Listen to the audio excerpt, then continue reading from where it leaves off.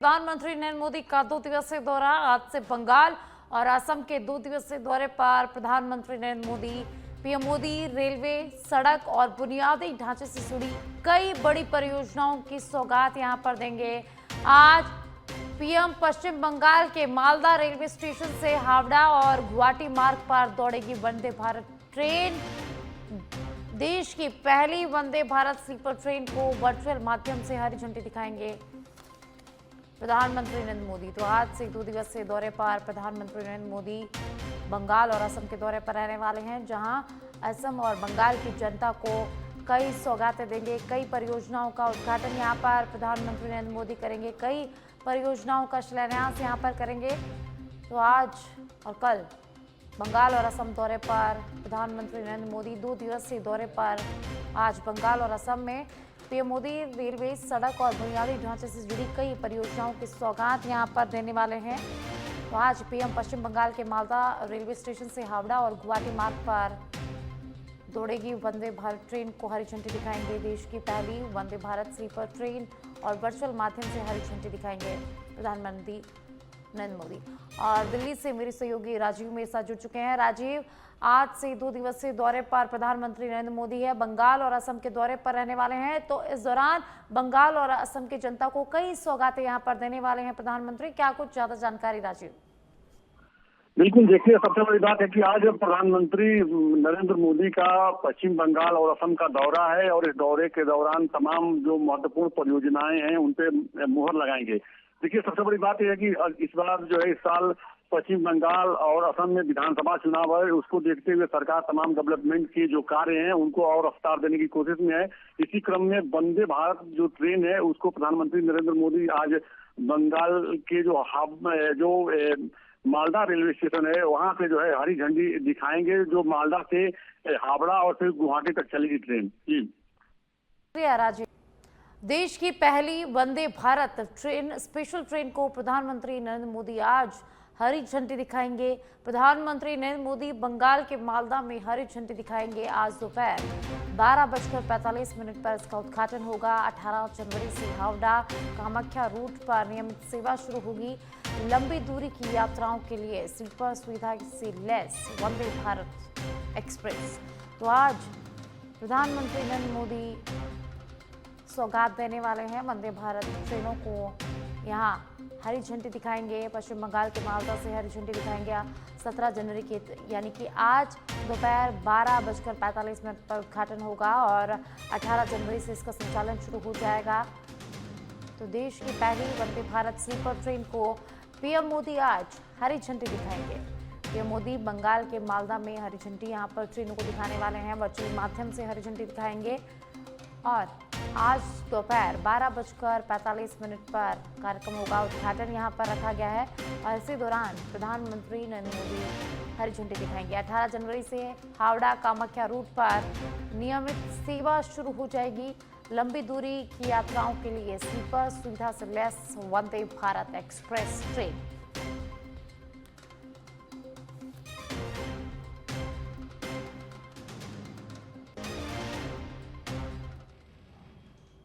मुख्यमंत्री भुजनलाल शर्मा का आज का प्रस्तावित कार्यक्रम सुबह 11:30 बजे से 1:30 बजे तक सीएमओ में बैठक लेंगे। परियोजनाओं, योजनाओं एवं चयनित परियोजनाओं की समीक्षा के लिए राजनीति की बैठक होगी। दोपहर 2 बजे से 3:30 बजे तक सीएमआर में निवर्तमान सरपंच संघ के साथ संवाद होगा। शाम को 7:30 बजे सांस्कृतिक कार्यक्रम और रात्रि भोज में शिरकत करेंगे मुख्यमंत्री भुजनलाल शर्मा। राष्ट्रमंडल अध्यक्ष एवं पीठासीन के 28वें सम्मेलन के गणमान्य प्रतिनिधियों का सम्मान होगा। सम्मान में आयोजित सांस्कृतिक कार्यक्रम में सीएम भुजनलाल शर्मा पहुंचेंगे। रात्रि भोज में सीएम भुजनलाल शर्मा पहुंचेंगे और कॉन्स्टिट्यूशनल क्लब में यहां कार्यक्रम होगा, जहां मुख्यमंत्री भुजनलाल शर्मा पहुंचेंगे और शिरकत करेंगे। तो मुख्यमंत्री भुजनलाल शर्मा आज पूरे दिन व्यस्त रहने वाले हैं। आज उनका प्रस्तावित कार्यक्रम बता रहे हैं। सुबह 11:30 बजे से 1:30 बजे तक बैठक लेंगे, सीएमओ में बैठक लेंगे। परियोजनाओं, योजनाओं एवं चयनित परियोजनाओं की समीक्षा के लिए राजनीति की बैठक होगी। दोपहर 2 बजे से 3:30 बजे तक सीएमआर में निवर्तमान सरपंच संघ के साथ संवाद होगा और शाम को 7:30 बजे सांस्कृतिक कार्यक्रम में भाग लेंगे सीएम भुजनलाल शर्मा। राष्ट्रमंडल अध्यक्ष एवं पीठाधीश्वर के 28वें सम्मान समारोह में यहां पर शामिल होंगे। सम्मान में आयोजित सांस्कृतिक कार्यक्रम में भाग लेंगे। रात्रि भोज में कॉन्स्टिट्यूशनल क्लब जाएंगे मुख्यमंत्री भजनलाल शर्मा। तो देखिए, आज मुख्यमंत्री भजनलाल शर्मा पूरे दिन व्यस्त रहने वाले हैं। बैक टू बैक उनकी बैठकें रहने वाली हैं, संवाद रहने वाले हैं। उसके बाद सांस्कृतिक कार्यक्रम में भी भाग लेंगे सीएम भजनलाल शर्मा।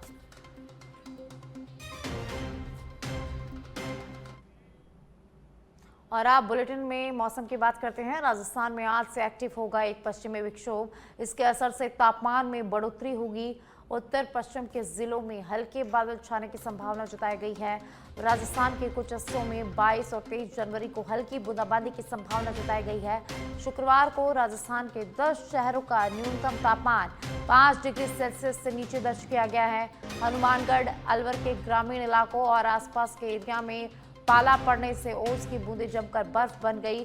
करौली, अलवर, सीकर, फतेहपुर के एरिया में शुक्रवार में सुबह तेज सर्दी का असर देखने को मिला। पिछले 24 घंटे में सबसे ज्यादा ठंडा एरिया अलवर और फतेहपुर रहा। यहां का न्यूनतम तापमान 3 डिग्री सेल्सियस दर्ज किया गया है। बीकानेर, चूरू, सीकर, अलवर, जयपुर, झुंझुनू, गंगानगर, नागौर के एरिया में हल्की कोल्ड वेव का असर यहां पर देखने को मिला है। दिन में निकली धूप से लोगों को राहत मिली। पिछले 24 घंटों में राजस्थान के सभी शहरों का अधिकतम तापमान 21 से 30 डिग्री सेल्सियस के बीच दर्ज किया गया है। सबसे अधिक अधिकतम तापमान 29.6 डिग्री सेल्सियस जोधपुर और बाड़मेर जिले में दर्ज किया गया है। तो दिन में निकली धूप से लोगों को थोड़ी राहत यहां पर मिली है। पिछले 24 घंटों में राजस्थान के सभी शहरों का तापमान अधिकतम तापमान 21 से 30 डिग्री सेल्सियस के बीच दर्ज किया गया है। और अब टोंक से खबर है, जहां टोंक जिले में जिला स्पेशल टीम ने अवैध हथियारों के खिलाफ बड़ी कार्रवाई करते हुए कोतवाली थाना क्षेत्र और देवली थाना क्षेत्र में 3 ठिकानों पर छापेमारी कर अवैध हथियार बनाने का कारखाना और भारी मात्रा में खतरनाक बारूद बरामद किया है। इस कार्रवाई में 2 आरोपियों को पुलिस ने गिरफ्तार किया है। पुलिस के अनुसार जब्त किया गया बारूद अत्यंत खतरनाक है, जिसका इस्तेमाल अवैध हथियारों के लिए किया जाता था। यह कार्रवाई अतिरिक्त पुलिस अधीक्षक रतनलाल भार्गव टोंक और पुष्पेंद्र सोलंकी मालपुरा के निर्देशन में की गई है। पुलिस का कहना है कि इस कार्रवाई से क्षेत्र में अवैध हथियारों से जुड़े अपराधों पर प्रभावी रोक लगेगी और आगे की पूछताछ में और खुलासे होने की संभावना यहां पर जताई गई है। तो टोंक में बड़ी कार्रवाई हुई है, 2 आरोपियों को गिरफ्तार किया है, मुकदमे दर्ज कर लिए गए हैं और अब आरोपियों से पूछताछ की जा रही है। तो टोंक में डीएसटी की एक बार फिर बड़ी कार्रवाई देखने को मिली है। अवैध हथियार कारखाने का यहां पर खुलासा हुआ है। कोतवाली और देवली थाना क्षेत्र में ठिकानों पर छापेमारी की गई है। तो भारी मात्रा में बारूद और हथियार के पुर्जे यहां पर जब्त किए गए हैं।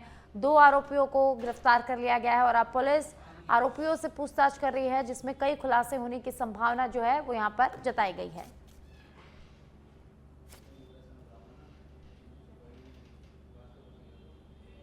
और ज्यादा जानकारी के लिए सहयोगी ब्रजेश मेरे साथ टोंक से जुड़ चुके हैं। ब्रजेश, टोंक में डीएसटी की बड़ी कार्रवाई यहां पर देखने को मिली है। अवैध हथियार बनाने के कारखाने में छापेमारी की गई है। काफी बड़ी संख्या में बारूद और अवैध हथियार भी बरामद किए गए हैं और इसी के साथ 2 आरोपियों को भी पुलिस ने गिरफ्तार कर लिया है। तो क्या कुछ अपडेट इस पूरे मामले में? देखिए साक्षी, टोंक जिले में जो डीएसटी है, जिला स्पेशल टीम है, वो लगातार कार्रवाई कर रही है और लगातार ये 27वां 8वां उनका ऑपरेशन है, जिसमें नशा और बारूद इस तरह के चीजों पे उनका ध्यान है। और अभी जो कल की कार्रवाई जो शाम को हुई वो बहुत ज्यादा हुई है और उन्होंने कोतवाली थाना क्षेत्र, सुभाष बाजार और देवली थाना क्षेत्र है, वहां पे 3 ठिकाने थे। वहां पे अवैध हथियार बनाने के कारखाना और भारी मात्रा में वहां बारूद जो होता है वो बरामद किया। और इसके अंदर 2 आरोपी जो गिरफ्तार हुए, उसमें वो सबसे ज्यादा क्या करते थे कि खेतों की रखवाली और जंगली जानवरों के जो शिकार के लिए जो बंदूकें बनती थी उनको बनाते थे। और डीएसटी टीम ने बंदूकों के पुर्जे हैं और खतरनाक बारूद जो कि किसी भी अवैध रूप से हथियारों के काम में आता है और जान माल का बहुत ज्यादा नुकसान कर सकता है, उन सब हथियारों को जब्त किया है और वहां पर जो देवली के अंदर और टोंक के अंदर दोनों जगह ये कार्रवाई हुई है। दोनों जगह अलग अलग मुकदमे दर्ज करके आरोपी को गिरफ्तार किया गया है। और सबसे बड़ी बात आपको बताऊं कि टोंक में जो सामान है वो लोहे के जैसे छर्रे होते हैं, जो पाउडर होता है, किलो पोटास होता है और बारूद बनाने का सोरा, तो भारी मात्रा में, मतलब बहुत ज्यादा भारी मात्रा में इस तरह से वहां पे ये जो बरामद किया गया है, और जिससे बहुत खतरनाक किस्म का बारूद भी वहां पे क्या है जो अवैध हथियारों में भरा जाता था। तो देखा जाए तो डीएसटी टीम ने एक बहुत बड़ा काम किया है और टोंक में जो डीएसटी टीम है वो लगातार कार्रवाई कर रही है और इसी उसमें दो आदमियों को गिरफ्तार करके और उनसे भारी मात्रा में सामान को जब्त किया गया है। जी बहुत बहुत शुक्रिया ब्रजेश इस तमाम जानकारी के लिए। से खबर है जहां फिर से कांग्रेसी बने महेंद्रजीत सिंह मालवीय, अनुशासन कमेटी की अनुशंसा पर मालवीय की कांग्रेस में घर वापसी हो गई है। एआईसीसी की मंजूरी के बाद राजस्थान कांग्रेस के आदेश, कांग्रेस प्रदेश प्रभारी सुखजिंदर सिंह रंधावा के नाम आदेश जारी हुए हैं। मालवीय की कांग्रेस पार्टी में वापसी के बाद पीसीसी चीफ गोविंद सिंह डोटासरा का बयान सामने आया है। उन्होंने कहा कि अध्यक्ष खड़गे की स्वीकृति के बाद मालवीय ने औपचारिक रूप से कांग्रेस की सदस्यता पुनः ग्रहण कर ली है। वे तत्काल प्रभाव से अब कांग्रेस के सदस्य के रूप में कार्य करेंगे। मालवीय अब कांग्रेस को मजबूत करने में सक्रिय भूमिका निभाएंगे। तो जयपुर से खबर जहां एक बार फिर महेंद्रजीत सिंह मालवीय कांग्रेसी बन गए हैं। अनुशासन कमेटी की अनुशंसा पर मालवीय की कांग्रेस में घर वापसी एक बार फिर से हो गई है। एआईसीसी की मंजूरी के बाद राजस्थान कांग्रेस के आदेश जारी हो गए हैं। कांग्रेस प्रदेश प्रभारी सुखजिंदर सिंह रंधावा के नाम आदेश जारी। मालवीय की कांग्रेस पार्टी में वापसी के बाद पीसीसी चीफ गोविंद सिंह डोटासरा का बयान सामने आया है। उन्होंने कहा कि अध्यक्ष खड़गे की स्वीकृति के बाद मालवीय ने औपचारिक रूप से कांग्रेस की सदस्यता पुनः ग्रहण कर ली है। वे तत्काल प्रभाव से अब कांग्रेस के सदस्य के रूप में कार्य करेंगे। मालवीय अब कांग्रेस को मजबूत करने में सक्रिय भूमिका निभाएंगे। और ज्यादा जानकारी के लिए सहयोगी सुनील जुड़ चुके हैं। सुनील, महेंद्रजीत सिंह मालवीय की एक बार फिर घर वापसी हो गई है, वे फिर से कांग्रेसी बन गए हैं। एआईसीसी की मंजूरी के बाद राजस्थान कांग्रेस के आदेश जारी हो गए हैं, क्या कुछ जानकारी सुनील? बिल्कुल साक्षी, ये कांग्रेस के लिहाज से अच्छी खबर है कि जो उनके कद्दावर नेता महेंद्रजीत सिंह मालवीय जो कांग्रेस छोड़कर बीजेपी का दामन थाम लिए थे वो वापस कांग्रेस में आ गए, यानी उनकी घर वापसी हो गई है। ये कांग्रेस के लिए अच्छी बात है। कांग्रेस का जो वागड़ क्षेत्र में दबदबा है, आदिवासी अंचल में दबदबा है, वो अब कायम रहेगा क्योंकि महेंद्रजीत सिंह मालवीय जो है वो कांग्रेस के कद्दावर नेता माने जाते हैं और आदिवासी समाज है वो पूरी ताकत के साथ महेंद्रजीत सिंह मालवीय के साथ जुड़ा हुआ है। तो पिछले कई दिनों से ये अटकलें चल रही थी। हालांकि महेंद्रजीत सिंह मालवीय ने पहले बयान दे दिया था कि अब वो कांग्रेसी हैं, लेकिन आधिकारिक रूप से कांग्रेस में शामिल नहीं हो पाए थे क्योंकि कांग्रेस की एक प्रक्रिया होती है। कोई व्यक्ति अगर पार्टी छोड़कर जाता है, चाहे कितने ही बड़े नेता हो, उसको एक बार प्रस्ताव जो है वो अनुशासन समिति के पास जाता है। अनुशासन समिति तमाम नेताओं से, तमाम जो सदस्य हैं उनसे चर्चा करती है कि व्यक्ति क्यों कांग्रेस छोड़कर गया था और वापस कांग्रेस में क्यों आना चाहता है। इसके आधार पर एक रिपोर्ट तैयार की जाती है, वो रिपोर्ट आलाकमान को भेजी जाती है। तो कल राजस्थान कांग्रेस की अनुशासन समिति की बैठक हुई थी जिसमें महेंद्रजीत सिंह मालवीय के नाम पर चर्चा हुई थी। वो रिपोर्ट आलाकमान को भेजी गई। देर रात आलाकमान ने जो प्रदेश कांग्रेस प्रभारी है सुखजिंदर सिंह रंधावा के नाम से आदेश जारी कर महेंद्रजीत सिंह मालवीय को वापस कांग्रेस में लेने की अनुमति दे दी थी। तो कल देर रात से महेंद्रजीत सिंह मालवीय है वो कांग्रेसी बन गए हैं, यानी अब वो राजस्थान कांग्रेस में अपनी जो सक्रिय भूमिका है वापस से निभाएंगे। लगातार पीसीसी के कार्यक्रमों में देखे जाएंगे। लेकिन इस बीच एक खबर ये भी आ रही है कि औपचारिक जो वापसी के बाद जल्द ही महेंद्रजीत सिंह मालवीय हैं वो एक बड़े कार्यक्रम में जो पटका है, कांग्रेस पार्टी का जो दुपट्टा है वो पहनकर इसकी जो बड़े जो अपने जो समर्थक हैं उनके साथ कांग्रेस में आने की घोषणा करेंगे। यानी उनकी वापसी का एक कार्यक्रम है वो भी बहुत जल्द रखा जाएगा, ऐसी खबरें मिल रही हैं। दूसरी तरफ उनका जब जैसे ही वापसी का जो आदेश आया, कांग्रेस में शामिल करने की जो मंजूरी मिली, उसके बाद से राजस्थान के जो बड़े नेता हैं उन्होंने भी खुशी जाहिर की। और जो पीसीसी डोटासरा का बयान आया है कि देखिए जो महेंद्र सिंह मालवीय है कद्दावर नेता है अब वो वापस कांग्रेस पार्टी में रहकर सक्रिय भूमिका निभाएंगे, पार्टी को मजबूत करेंगे। तो ये साफ तौर पर एक संदेश होता है कि इतना बड़ा नेता था वो, पता नहीं क्या कारण रहे होंगे, लेकिन अब वापस पार्टी में आ गया तो पार्टी को अब जरूरत भी है बड़े नेताओं की। तो कंधे से कंधा मिलाकर अगर संगठन को मजबूत करने में महेंद्रजीत सिंह मालवीय भूमिका निभाते हैं तो ये पार्टी के लिए अच्छी बात होगी, मालवीय के लिए भी अच्छी बात होगी। और जो एक कोर वोट बैंक माना जाता है आदिवासी वागड़ बाहुल्य, वहां पर कांग्रेस की और मजबूत पकड़ हो पाएगी। जी बहुत बहुत शुक्रिया सुनील इस तमाम जानकारी के लिए।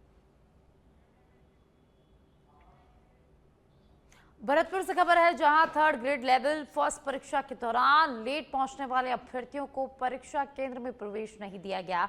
मामला अग्रसेन नगर स्थित बाबा सुग्रीव विद्यापीठ सीनियर सेकेंडरी स्कूल परीक्षा केंद्र का है। प्रवेश से रोके जाने पर कई अभ्यर्थियों में नाराजगी देखने को मिली। परीक्षा केंद्र प्रशासन का कहना है कि नियमानुसार तय समय के बाद प्रवेश की अनुमति नहीं दी गई। सर हम आज सर्दी के कारण लेट हो गए हैं और ट्रैफिक जाम था, आधा घंटा तो उस रास्ते पर ही लग गया। किस चीज़ का पेपर देने आई हैं आप? आज मैं रीट का पेपर देने आई हूँ। कितने मिनट लेट हो गई आप? 9 बजे एंट्री थी, 20 मिनट लेट हो गई। अब क्या कह रहे हैं ये लोग? अभी मना कर रहे हैं कि एंट्री नहीं होगी। बयाना उपखंड क्षेत्र में एक बार फिर सर्दी का सितम देखने को मिल रहा है। सुबह से ही इलाके में घना कोहरा छाया रहा और सर्द हवाओं के चलते ठिठुरन यहां पर बढ़ गई है। कोहरे के कारण जनजीवन प्रभावित हो गया है। वहीं लोग सर्दी से बचने के लिए अलाव जलाकर सहारा लेते नजर आए। विजिबिलिटी कम होने से सड़कों पर वाहन चालक हेडलाइट जलाकर सावधानी से चलते हुए भी यहां पर नजर आए।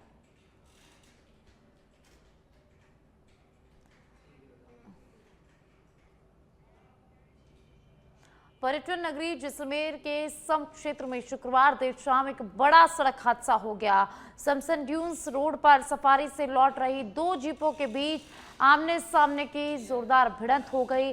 बताया जा रहा है कि एक जीप द्वारा तेज गति में ओवरटेक करने के प्रयास के दौरान संतुलन बिगड़ गया, जिससे ये दुर्घटना हो गई। हादसे में दिल्ली से घूमने आए पर्यटकों का एक दल चपेट में आ गया। जिस जीप का सीधा टकराव हुआ उसमें सवार 5 सैलानी गंभीर रूप से यहाँ घायल हो गए हैं, लहूलुहान हो गए हैं, जिससे मौके पर अफरा तफरी मच गई। स्थानीय लोगों और प्रशासन की मदद से सभी घायलों को तुरंत जैसलमेर के जवाई चिकित्सालय पहुंचाया गया, जहां प्राथमिक उपचार के बाद 50 वर्षीय असलम की गंभीर हालत को देखते हुए उसे जोधपुर रेफर कर दिया गया। वहीं सलीम और इरशाद को जवाहर अस्पताल में भर्ती कराया गया है, जबकि अन्य 2 घायलों को प्राथमिक उपचार के बाद छुट्टी दे दी गई है। घायलों और ग्रुप के सदस्यों ने हादसे का कारण चालक द्वारा लापरवाही पूर्वक तेज गति से ओवरटेक करना बताया है। फिलहाल पुलिस पूरे मामले की जांच में जुट गई है। हमें होटल वाले ने अपनी गाड़ी करके दी और हम उसके लिए गए जीप सवारी के लिए। जीप सवारी पे वो बंदा बहुत ज्यादा ओवर स्पीड में चला रहा था। उसको रोका भी टोका भी कि भाई क्या जल्दी है, हम पहुंच ही जाएंगे। वो उसने सुनी नहीं। हम 5 पीछे बैठे थे। उसने एक गाड़ी को इतने जबरदस्त ओवरटेक किया बिना देखे कि उसने सामने सारी जीप में ठोक दी और उसके बाद हमें नहीं पता, हम तो बेहोश हो। शाम को 7 बजे की घटना है। हम लोग सफारी करके मेन रोड पे जा रहे थे। सामने से एक गाड़ी आ रही थी। इसको ओवरटेक करने के चक्कर में जो गाड़ी का ड्राइवर था उन्हें सामने आमने सामने की टक्कर होकर जोरदार टक्कर हुई। इसमें 5 लोग पीछे बैठे हुए थे। 5 लोग रेत में जाके पूरी तरह से गिरे। इसमें से हम लोग को सभी को चोट है, जिसमें से हमारे दोस्त को सबसे ज्यादा चोट आई है। उनके कमर में इंजरी है। जीप में कितने लोग सवार थे? 5 लोग सवार है। तो हम खुद ही 5 लोग और हम 7 दूसरी गाड़ी में थे ना, हम सबने मदद